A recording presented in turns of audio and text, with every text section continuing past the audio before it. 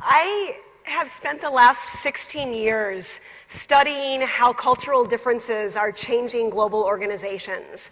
But I have not always been working in a cross-cultural space.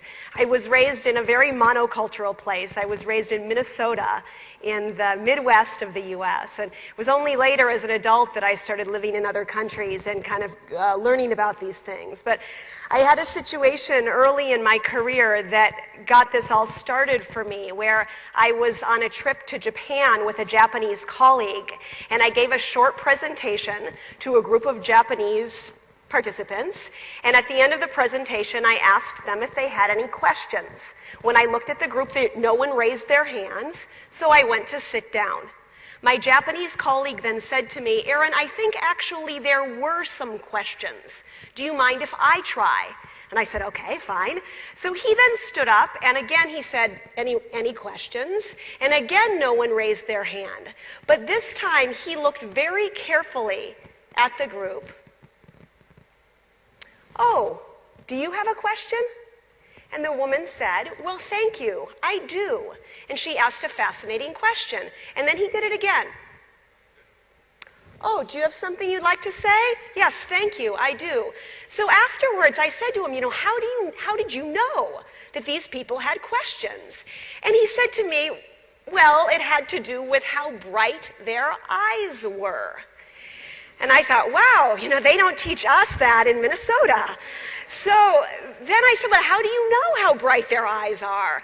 And he said, "Well, in Japan we don't make as much direct eye contact as you do in the West. So when you ask people if they have any questions, most people are not looking at you directly.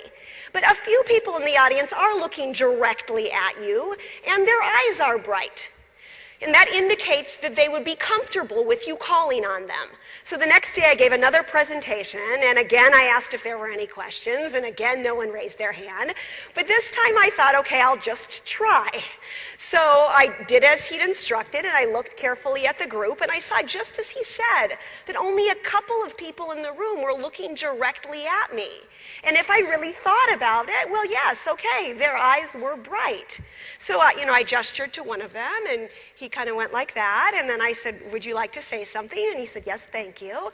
So this was a very important experience for me because, well, there's an expression in Japanese which is kuki yomanai. They shorten it to KY, and it means someone who is unable to read the atmosphere, or someone who's unable to read the air, meaning to pick up the communication that's in the air.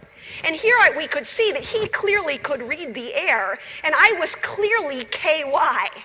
But I also saw that with a little bit of assistance and direction, that I also could become better at picking up those signals that were in the air. So then as I was thinking about this, I became very interested in trying to figure out if there was a method that we could use to help people to better read the atmosphere when they were working with cultures that they didn't know intimately. And we then started to develop this framework that came from lots and lots of research, where we divided culture up into different types of behaviors, and we started looking at, how is trust built in different parts of the world, and how do we make decisions differently in different parts of the world. And we saw that we were able to come up with patterns for how countries or cultures fell differently on those scales.